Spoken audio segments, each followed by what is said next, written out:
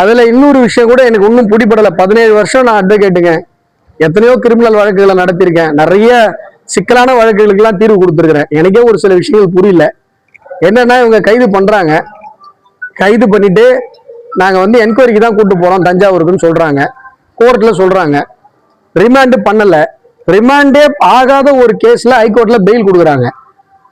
Remand பண்ணாதான் fail கொடுக்க முடியும். ரிமாண்டே இல்லாம எப்படி பெயில் கொடுத்தாங்கன்னு எனக்கு புரியல.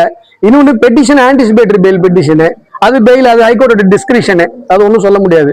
பட் ரிமாண்ட் ஆகாத ஒரு அக்யூஸ்டுக்கு எப்படி பெயில் கொடுத்தாங்கன்றது எனக்கே ஒன்றும் புரியலீங்க. அதே போல இது நான் பெயிலபிள் அஃபென்ஸ். அவருக்கு மேல போட்டிருக்கிற அஃபென்ஸ் வந்து நான் பெயிலபிள் அஃபென்ஸ். பெயிலபிள் நான் பெயிலபிள்னா புரிஞ்சுக்கணும். நிறைய பேருக்கு அதுல குழப்பம் இருக்கு.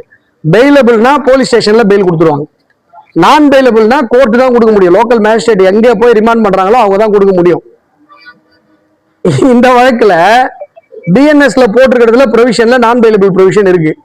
விமன் ஹராஸ்மெண்ட் போட்டிருக்காங்க, அதுல வந்து அதர் ஆக்ட், அதுவும் நான் பெயிலபிள். நான் பெயிலபிள் மேட்டருக்கு இவங்க போலீஸ் ஸ்டேஷன்ல எப்படி பெயில் கொடுத்தாங்கன்னு தெரியல. தாவேக அரசு எப்படி இதை செஞ்சதுன்னு தெரியல. உயர்நீதிமன்றத்துல ரிமாண்ட் ஆகாத அக்யூஸ்டுக்கு பெயில் கிராண்ட் பண்றாங்க, அது எப்படின்னு தெரியல.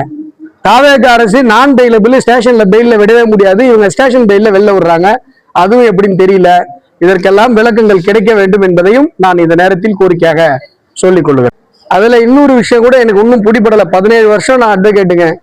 எத்தனையோ கிரிமினல் வழக்குகளை நடத்திருக்கேன். நிறைய சிக்கலான வழக்குகளுக்கெல்லாம் தீர்வு கொடுத்துருக்கிறேன். எனக்கே ஒரு சில விஷயங்கள் புரியல. என்னன்னா இவங்க கைது பண்றாங்க, கைது பண்ணிட்டு நாங்க வந்து என்கொயரிக்கு தான் கூட்டு போறோம் தஞ்சாவூருக்குன்னு சொல்றாங்க. கோர்ட்ல சொல்றாங்க ரிமாண்டு பண்ணல. ரிமாண்டே ஆகாத ஒரு கேஸ்ல ஹைகோர்ட்ல பெயில் கொடுக்குறாங்க. ரிமாண்ட் பண்ணாதான் பெயில் கொடுக்க முடியும். ரிமாண்டே இல்லாம எப்படி பெயில் கொடுத்தாங்கன்னு எனக்கு புரியல. இன்னொன்று பெட்டிஷன், ஆன்டிசிபேட்டரி பெயில் பெட்டிஷனு, அது பெயில், அது ஹைகோர்ட்டோட டிஸ்கிரிப்ஷனு, அது ஒன்றும் சொல்ல முடியாது. பட் ரிமாண்ட் ஆகாத ஒரு அக்யூஸ்டுக்கு எப்படி பெயில் கொடுத்தாங்கன்றது எனக்கே ஒன்றும் புரியலீங்க. அதே போல இது நான் பெயிலபிள் அஃபென்ஸ். அவருக்கு மேல போட்டிருக்கிற அஃபென்ஸ் வந்து நான் பெயிலபிள் அஃபென்ஸ். பெயிலபிள் நான் பெயிலபிள்னா புரிஞ்சுக்கணும். நிறைய பேருக்கு அதுல குழப்பம் இருக்கு. பெயிலபிள்னா போலீஸ் ஸ்டேஷன்ல பெயில் கொடுத்துருவாங்க. நான் பெயிலபிள்னா கோர்ட் தான் கொடுக்க முடியும். லோக்கல் மேஜிஸ்ட்ரேட் எங்கே போய் ரிமாண்ட் பண்றாங்களோ அவங்க தான் கொடுக்க முடியும்.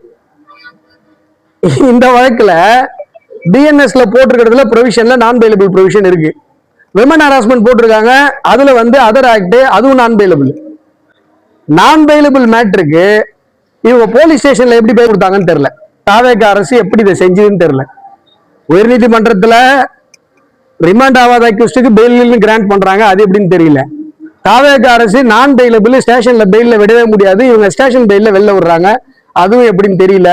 இதற்கெல்லாம் விளக்கங்கள் கிடைக்க வேண்டும் என்பதையும் நான் இந்த நேரத்தில் கோரிக்கையாக சொல்லிக் கொள்ளுவேன்.